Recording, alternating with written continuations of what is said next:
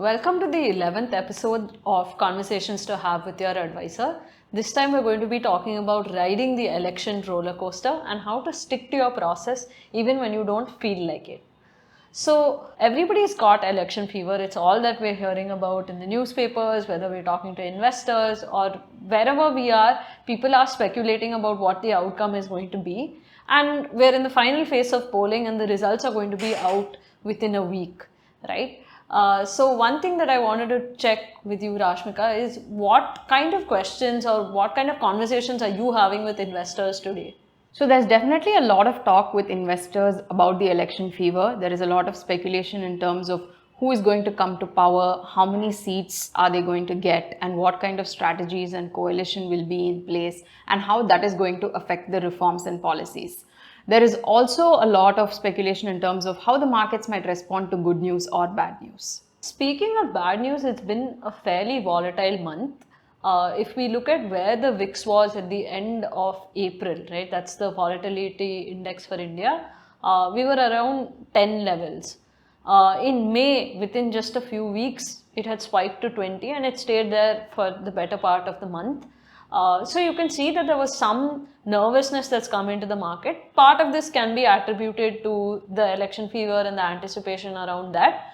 Part of it can also be attributed to flows. So if we look at the flow data that we're seeing, 2024 has been a net selling year for FIIs because you've had outflows in January, February, April and May as well. But if we look at the volume, right, so in January and April you had 36,000 crores flowing out of the system for the entire month.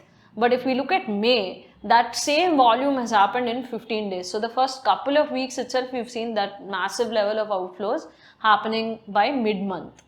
Now, the real question is, how do we ride the roller coaster from here? If you know that this has been a volatile market before the elections, and after the elections, we really don't know whether it's going to continue along this vein or if the markets will actually stabilize. There is actually a famous quote by David Campbell that says, "Discipline is remembering what you want."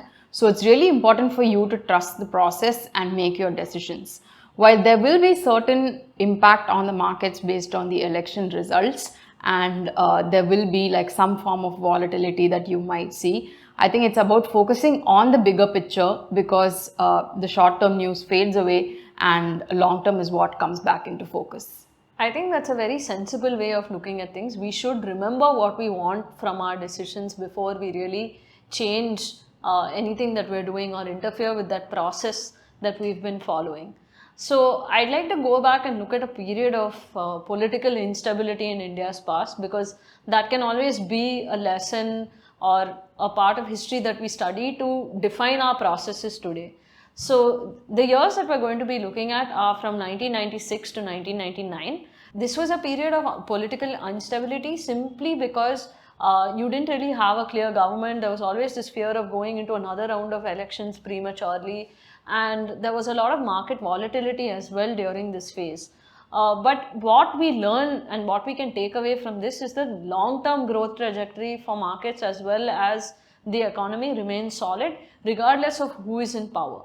So if we look at the 1996 to 1999 period, right, you didn't really have a very clear majority or mandate in parliament during this time. So at the end of the first set of elections in 96, the BJP had 160 seats, the Congress had 140 seats, and the rest of the seats were across other parties.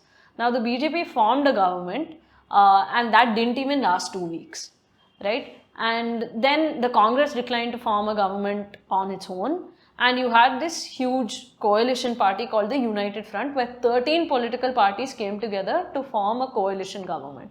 Now, obviously, each party had its own agenda. There was a lot of disagreement between members, and the coalition constantly felt like somebody was trying to pull it apart. And while there was a threat of elections around the corner every year, you didn't really see that happening until 1999. In this period before the 96 elections, there were some expectations from the market about a good election result, a clear mandate and all of that. So you had the Sensex rally from 3,300 levels to 3,800 levels.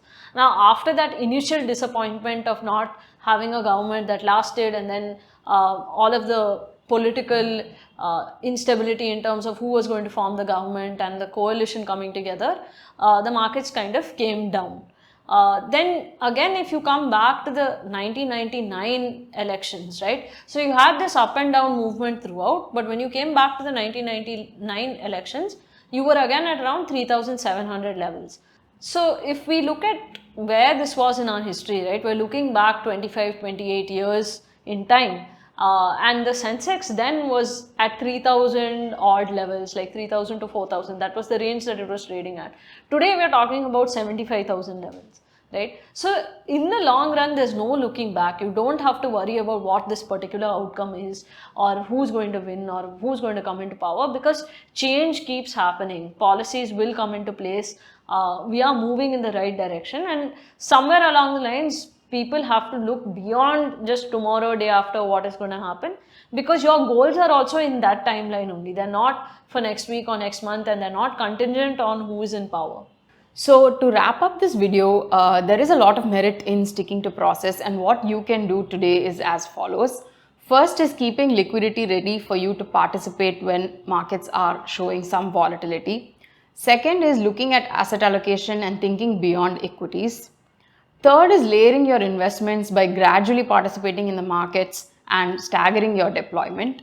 And lastly, it's important for you to keep on participating in the market no matter what. Thank you for watching this video, and if you'd like to speak to us, do reach out to us on our WhatsApp number.